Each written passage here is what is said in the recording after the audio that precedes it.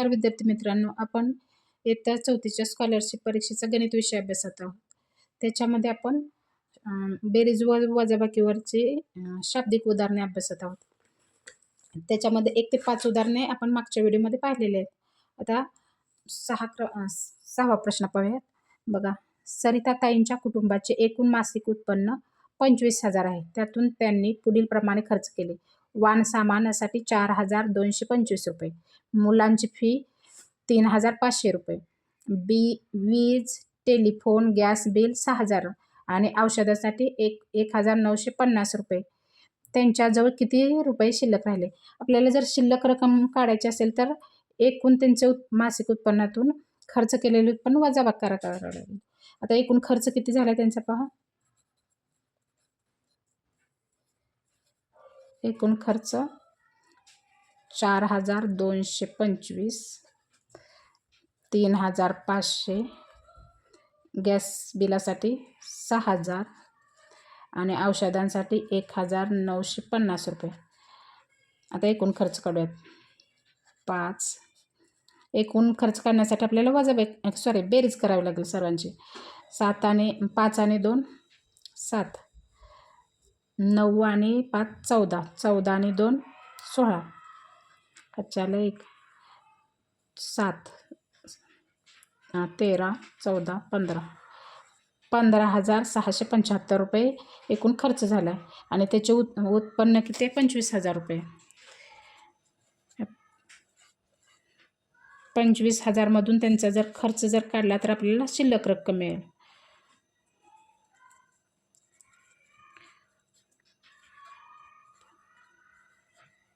त्यांचा खर्च वजा करायचा. खर्च वजा केला, खर्च किती? 15,675. तर त्यांना त्यांची शिल्लक रक्कम मिळेल.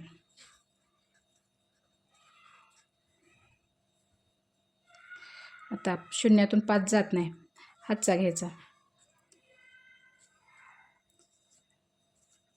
10तून जात नाही म्हणून आणखी हातचा घ्यायचा. म्हणजे इथे किती राहिले? 10. 10तून 5 गेले, 5 राहिले. 9मधून 7 गेले, 2 राहिले. 9मधून 6 गेले, 3 शिल्लक राहिले. 4मधून 5 जात नाही, हातचा घ्यायचा. म्हणजे इथे 1 शिल्लक राहिले. 14तून 5 गेले, किती राहिले? 9 राहिले आणि 1तून गेले म्हणजे 9,325. 9,325 पर्याय क्रमांक 3 योग्य आहे. आता प्रश्न क्रमांक 7 बघा. एका गावची एकूण लोकसंख्या 19,567 आहे. त्यापैकी 8,507 पुरुष व 6,722 स्त्रिया व इतर मुले आहेत. तर त्या गावची किती मुले आहेत? आता मुलांची संख्या म्हणजे मुलांची संख्या काढण्यासाठी काय करावे? एकूण लोकसंख्येच्या पुरुषांची संख्या आणि स्त्रियांची संख्या एकूण लोकसंख्येमधून वजा करावी लागेल. म्हणजे शिल्लक राहिलेले आहेत ते मुले आहेत, त्यांची संख्या मिळेल. आता पुरुषांची आणि स्त्रियांची संख्या एकूण किती होते पाहूयात आपण. 8,507 हे पुरुष आहेत आणि स्त्रिया किती आहेत?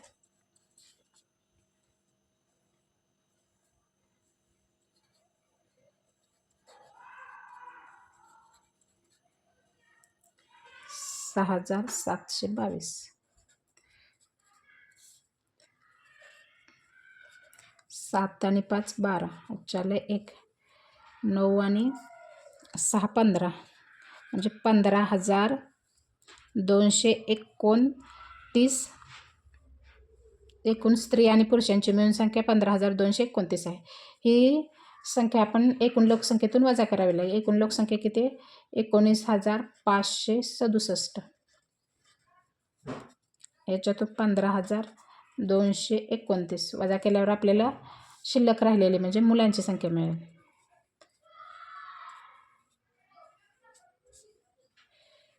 आता 7मधून 9 जात नाही म्हणून हातचा घ्यायचा. 17तून 9 गेले, किती राहिले? 8. 5मधून 3 गेले, 5मधून 2 गेले, 3 राहिले. 5मधून 2 गेले, 3 राहिले. 9मधून 5 गेले, 4 राहिले. 1तून 4,338 म्हणजे पर्याय क्रमांक 1 योग्य. आता बघा, श्रुतीने एका स्टेशनरीच्या दुकानातून 538 रुपयांच्या वह्या, 445 रुपयांचे चित्रकला साहित्य व 120 रुपयांचे लेखन साहित्य खरेदी केले. तिने दुकानदाराला 500च्या 2 नोटा व 200ची 1 नोट दिली. तर दुकानदार तिला किती रुपये परत देईल? आता बघा, एकूण किती रक्कम तिने एकूण दुकानदाराला किती रक्कम दिली बघा.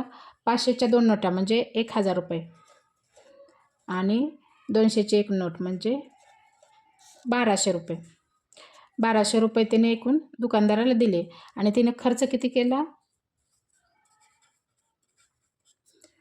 खर्च एकूण किती केला आहे? 538च्या वह्या, 445 रुपयाचे चित्रकला साहित्य, 120 रुपयांचे लेखन साहित्य खरेदी केले. म्हणजे एकूण खरेदी किती रुपयांची झाली? 8 आणि 5 13, हातच्याला 1 10, हातच्याला 1 11, म्हणजे 1103 रुपयाची तिने साहित्य खरेदी केले आणि तिने दुकानदाराला किती रक्कम दिली? 1200. 1200मधून 1103 वजा केले तर दुकानदार तेवढी रक्कम तिला परत देईल. आता 10मधून शून्यातून 3 जात नाही म्हणून हातचा घेतला. आता बघा, 10मधून 3 गेले किती राहिले? 7 राहिले. 9मधून 0 गेले 9, एकातून 1 0, एकातून 1 गेलं 0, म्हणजे 97 रुपये दुकानदार तिला परत देईल. आता बघा, वडगाव, मोरगाव व पळसुंडे या 3 गावातील महिला बचत गटाने पुढील प्रमाणे ठेवी जमा केल्या. वडगावने किती? 27,300, मोरगावने 25,300, पळसुंडेने 17,900. मोरगाव व पळसुंडे गावातील बचत गटाने जमा केलेल्या ठेवी वडगावमधील ठेवीपेक्षा कितीने जास्त आहेत? आता ह्यांनी मोरगाव आणि पळसुंडेने एकूण किती ठेवी जमा केल्या दोघांच्या मिळून बघा. मोरगावने 25,300 आणि पळसुंडे गावने 17,900, म्हणजे दोन्ही गावचे एकूण किती झाले ठेवी जमा?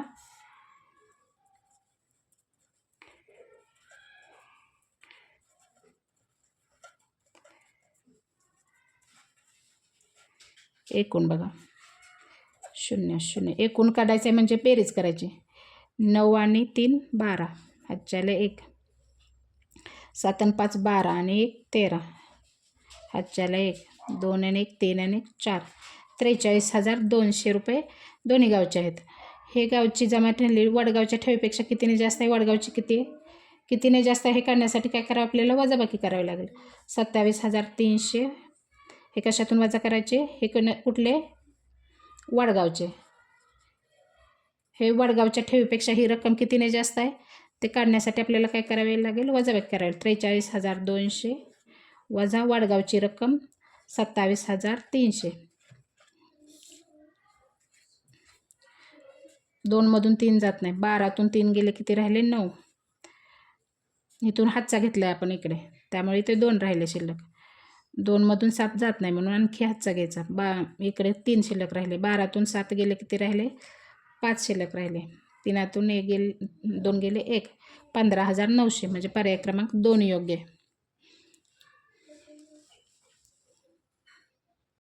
प्रश्न क्रमांक 10 बघा.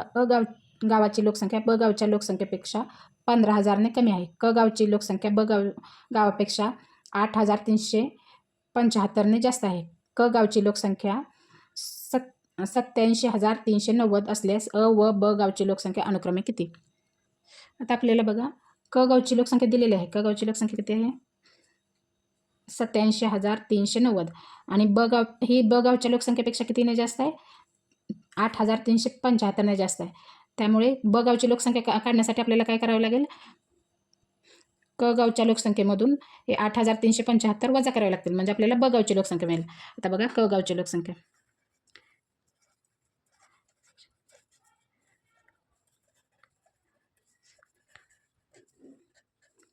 किती? 87,390 8,390 आणि ब गावपेक्षा कितीने जास्त आहे? 8,375 जास्त आहे.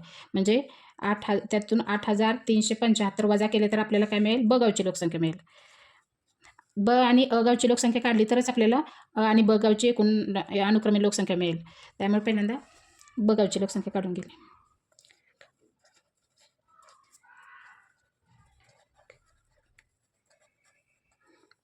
आता 0तून 5 जात नाही, हातचा घ्यायचा. 10तून 5 गेले, 5 राहिले. 8मधून 7 गेले, 1 राहिला. 3तून 3 गेले, 0 राहिले. 7मधून 8 जात नाही, हातचा घ्यायचा. 17मधून 8 गेले, 9 राहिले.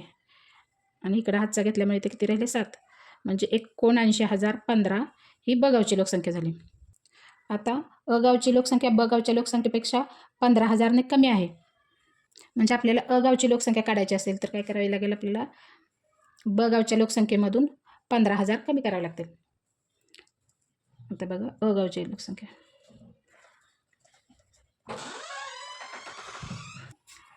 लोकसंख्या अ गावची लोकसंख्या काढायच्यासाठी काय करायचं? ब गावची लोकसंख्या किती आहे? 79,015 वजा 15,000.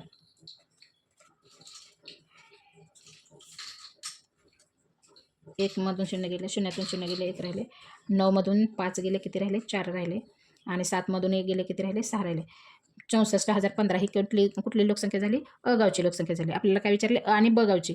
अ गावची किती? 64,015 आणि ब गावची 79,015. म्हणजे पर्याय क्रमांक 1 योग्य. अशा प्रकारे आपला हा बेरीज वजाबाकीवरील शाब्दिक उदाहरणाचा स्वाध्याय पूर्ण झालेला आहे. पुढील व्हिडिओसाठी चॅनलला लाईक आणि सबस्क्राईब करा, जेणेकरून तुम्हाला व्हिडिओ मिळून जातील.